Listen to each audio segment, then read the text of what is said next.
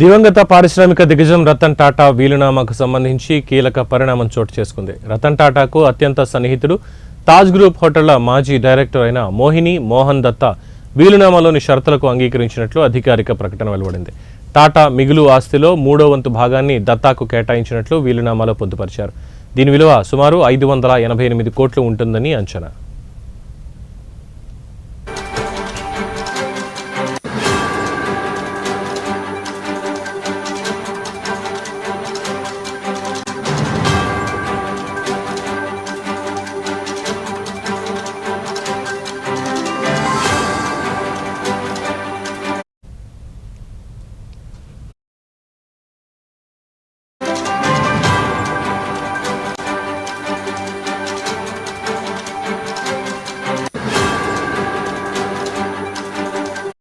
మోహిని దత్తా తన సమ్మతిని తెలియజేయడంతో టాటా వీలునామా ఎగ్జిక్యూటర్లు బాంబే హైకోర్టు నుంచి వీలునామా ధృవీకరణ పొందే ప్రక్రియను ముందుకు తీసుకెళ్లడానికి మార్గం సుగమమైంది.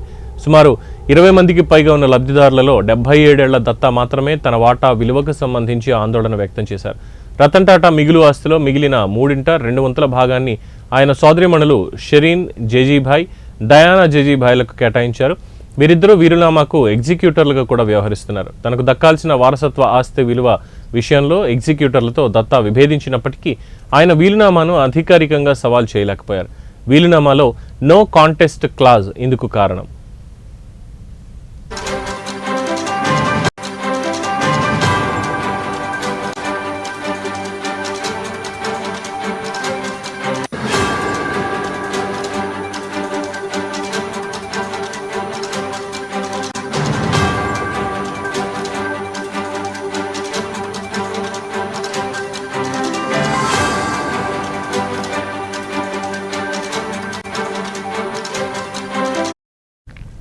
ఎగ్జిక్యూటర్లు మార్చి 27న వీలునామా ప్రోబేట్ కోసం పిటిషన్ దాఖలు చేశారు. అంగీకారం తెలపని చట్టబద్ధమైన వారసుల నుంచి ఏవైనా అభ్యంతరాలుంటే తెలియజేయాలని కోరుతూ పబ్లిక్ నోటీస్ జారీ చేయాలని బాంబే హైకోర్టు వారిని ఆదేశించింది.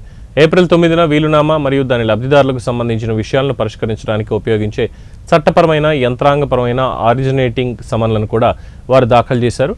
టాటా కుటుంబం వెలుపల ఇంత పెద్ద మొత్తంలో వాటా పొందిన ఏకైక లబ్ధిదారుడు దత్తానే కావడం గమనార్హం.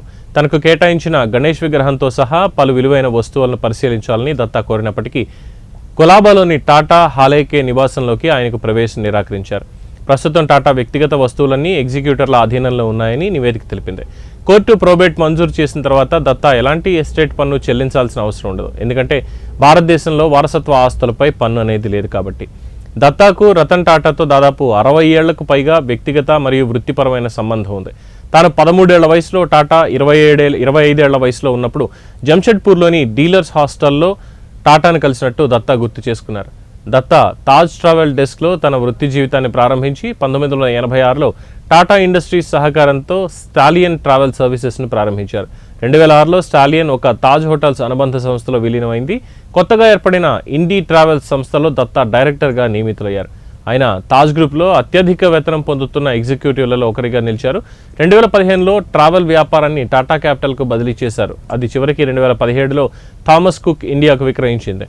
2019లో థామస్ కుక్లో వ్యాపారం విలీనమయ్యే వరకు దత్తా బోర్డులో కొనసాగారు.